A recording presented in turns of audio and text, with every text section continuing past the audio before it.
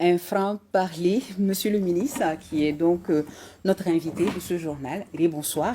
Bonsoir, Monsieur Niania. le ministre Diop, à Bruxelles, est-ce qu'il a été également question du renouvellement du mandat de l'aménagement? Justement, expliquez-nous un peu les réserves formulées par notre pays avant le dit renouvellement, Monsieur le ministre. Merci beaucoup. Pas directement à Bruxelles, mais j'ai suivi moi-même les discussions pour le renouvellement de ce mandat. Vous avez suivi le 13 juin, j'ai été dépêché à New York pour faire entendre la voix du Mali, qui dès le début n'a pas souhaité s'opposer au renouvellement du mandat, mais a mis un certain nombre de conditions. Ces conditions sont au nombre de trois. Le premier, c'était l'opposition ferme au recours à Barkhane suite à une demande des Nations Unies et de la France pour que Barkhane apporte un soutien aérien français à l'aménagement pour exécuter son mandat. Nous avons dit non. Et les membres du Conseil ont suivi notre opposition et finalement cette question a été enlevée de la table. La deuxième grande préoccupation du Mali, elles sont au nombre de trois, c'était justement sur la question des droits de l'homme où nous voyons un certain nombre de pays qui s'abritaient derrière les questions de droits de l'homme pour pouvoir créer des problèmes au Mali. C'était ce qu'on appelait la politisation des droits de l'homme, l'instrumentalisation des droits de l'homme ou des ressortissants même de certains pays qui sont présents au sein de la MINUSMA utilisent cette mission à d'autres fins que nous avons dénoncées. Donc pour nous, le pays Mali n'est pas opposé à la question des droits de l'homme, mais nous trouvions que la demande spécifique de dire qu'il faut que la MINUSMA fasse des enquêtes indépendantes, nous nous sommes opposés parce que nous trouvons qu'il s'agit de prérogatives régaliennes de l'État malien et qui doit faire des enquêtes nécessaires, qui doit protéger et promouvoir les droits de l'homme sur son territoire et que la mission des Nations Unies ne peut être là que pour accompagner. Je crois que ça, c'est le deuxième point. Et naturellement, le troisième point, c'était par rapport à la référence au G5 Sahel. Le Mali, naturellement, n'est pas opposé à ce que les pays frères, membres du G5 Sahel, puissent bénéficier d'un appui dans ce cadre-là. Mais nous avons dit très clairement qu'aucun langage dans le nouveau projet de résolution ne doit impliquer que le Mali est membre de cette organisation. Donc, aucune obligation ne doit être générée dans ce cadre-là vis-à-vis du Mali. Donc, je crois que ce qui s'est passé le jour de l'adoption de la résolution doit être lu par rapport à ça. Le premier point a été totalement enlevé.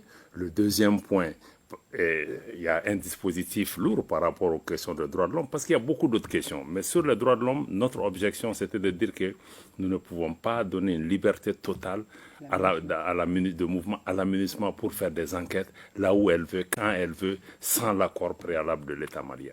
Alors, Monsieur le ministre, c'est quoi donc la suite? Maintenant que la résolution est adoptée, on le sait, sans la prise en compte de nos réserves, comment vont se passer les choses donc sur le terrain?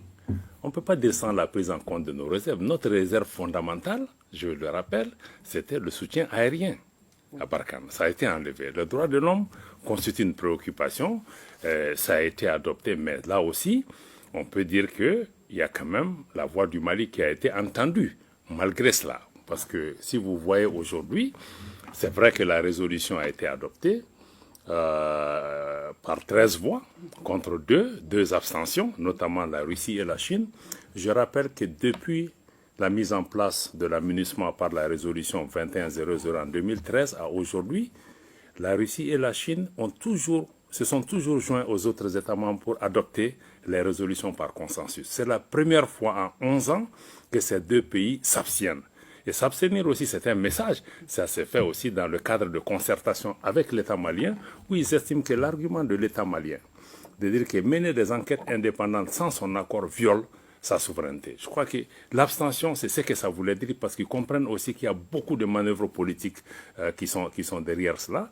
Et même un pays africain comme le Gabon, quand même si il a voté pour la résolution, le Gabon a fait une déclaration extrêmement forte pour dire que cette résolution viole la souveraineté de notre pays. Donc pour nous, ces deux abstentions constituent une victoire diplomatique pour notre pays, qui n'est pas, encore une fois, je le rappelle, membre du Conseil de sécurité des Nations Unies, mais nous travaillons pour mobiliser les membres du Conseil de sécurité autour de nos préoccupations.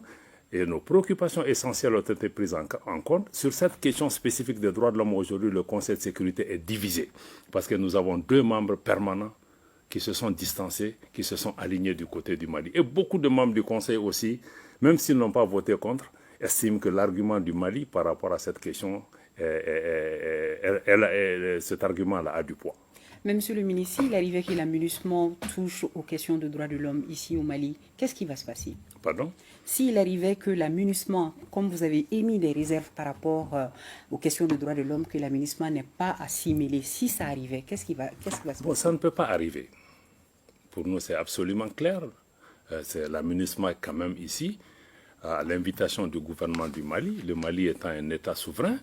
La MINUSMA, l'exécution de ce mandat sur les droits de l'homme pour pouvoir avoir accès à des sites ou mener des enquêtes, ou en tout cas, elle doit peut-être, ce qui est prévu, c'est qu'elle appuie l'État malien par rapport à ça. Nous, notre position est très claire, c'est ce que l'ambassadeur Konfourou a indiqué dans sa déclaration, que le Mali n'appliquera pas cette disposition et que si la MINUSMA doit faire quoi que ce soit en matière d'enquête sur les droits de l'homme, elle doit s'en référer aux autorités compétentes maliennes. Et c'est dans ce sens que nous allons continuer à travailler avec la mission, mais sur ce point particulier, la souveraineté et les prérogatives régaliennes de l'État malien doivent être respectées et nous n'accepterons pas qu'il y ait des malices derrière les droits de l'homme pour pouvoir atteindre d'autres objectifs et déstabiliser l'État malien.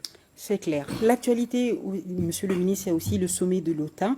Le ministre espagnol des Affaires étrangères n'a pas exclu une intervention de l'OTAN au Mali. Comment comprenez-vous cette déclaration, monsieur le ministre? Cette déclaration est inacceptable. En tout cas, les propos qui ont été attribués au ministre des Affaires étrangères espagnol, ces propos sont inacceptables, sont inamicaux, sont graves, parce que ces propos tendent à encourager une agression contre un pays indépendant et souverain.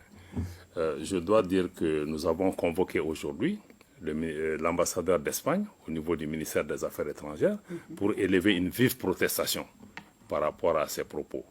Elles sont d'autant plus graves que s'il fait référence au fait que l'OTAN n'excluait pas d'intervenir au Mali. Mais nous avons rappelé que le ministre doit se rappeler que la situation actuelle d'insécurité et d'expansion du terrorisme au Sahel est surtout liée à l'intervention de l'OTAN en Libye, dont nous payons encore les conséquences. Donc ce sera très mal inspiré de pouvoir s'engager sur cette voie. Nous avons demandé des explications, une clarification de cette position au gouvernement espagnol. Nous espérons que cela va venir assez rapidement. Et aussi, je tiens à rappeler que cette position du ministre des Affaires étrangères espagnol est en contraste avec les relations amicales que le Mali a toujours entretenues avec l'Espagne, qui a toujours marqué son soutien à notre pays. Nous sommes surpris par cette déclaration que nous condamnons.